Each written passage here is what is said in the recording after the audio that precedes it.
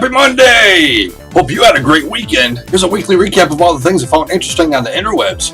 Well, it seems like VR is going to be a thing now. Investors throw $3 million at the Virtuix Omni treadmill. The VR treadmill, which allows you to control the first-person games by walking around the spot, now has around a half a dozen investment firms involved. The treadmill already raised more than $1 million via Kickstarter last year. So imagine if Facebook goes out and buys this treadmill for Oculus Rift. The madness! Virtuix Omni treadmill is scheduled to release later this year.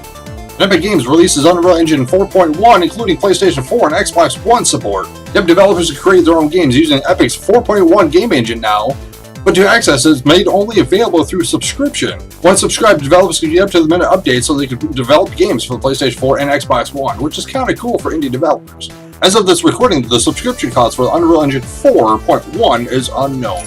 And this is sure to piss off most of you already. Gamestop's focus is no longer on video games and is now on tablets and smartphones.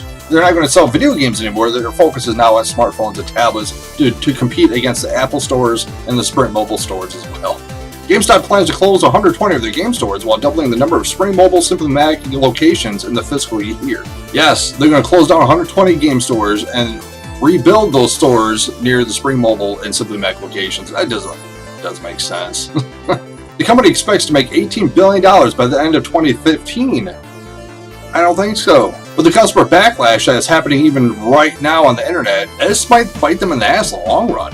If GameStop's focus is no longer on video games, then they're going to have to go through rebranding. Game and Stop, your one-stop shop for video games. Not going to happen? So you're going to see Best Buy, Toys R Us, Walmart's pre-order sales go up, while GameStop's pre-order sales go down because they're not going to sell video games anymore. So what do you think? Is this a good idea? Leave a comment down below. And Chilean retailer lists Mass Effect Trilogy for PS4 and Xbox One. The release dates and prices are absent from the listings. From what it sounds like, BioWare's just going to up-res the game for the Xbox One and PlayStation 4, and that's about it. So keep a lookout for that.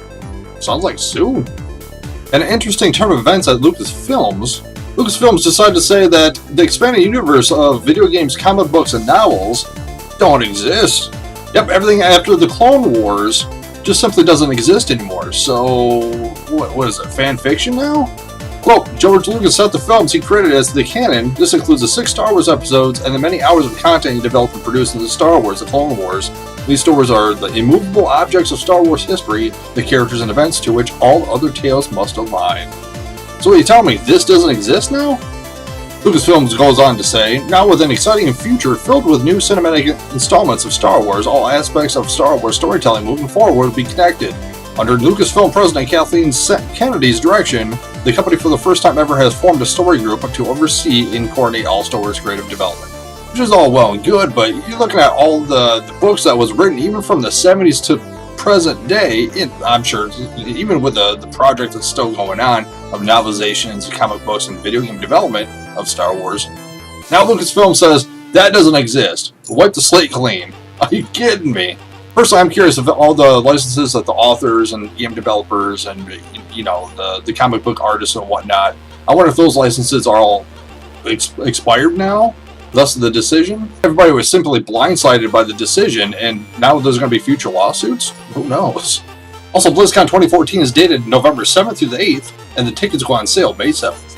And the urban legends were true! Old Atari 2600 games, including E.T., Centipede, and various other games, was buried in the New Mexico deserts. So why the sudden interest for this video game excavation? It's because Xbox Entertainment Studios is doing a documentary based on this dig site. So on April 26th, they went to the El Magardo landfill in New Mexico to see if this was true. Let's see if E.T. cartridges, Centipede, and whatnot was actually there. And sure enough, it was! History in the making, folks! History in the making. Previously, this project wasn't going to make it because of environmental issues. Apparently, there was gases in the ground, and the EPA didn't want them to excavate the site and have the plume of whatever the gas was to poison everybody. It's something like that. But yeah, it's true. E.T. is there. At least the cartridges. And now for News of the Weird! Just sure to give you nightmares. One day, I'm gonna have a baby. And you will call her mom.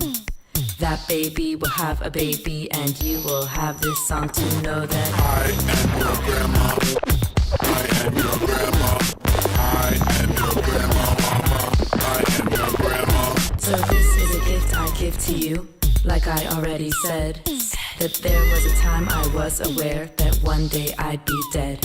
I wish we could have met, I would have hugged you so, but you are in the future, you get loved by video. I am your grandma. I am your grandma. I am your grandma, mama. I am your grandma.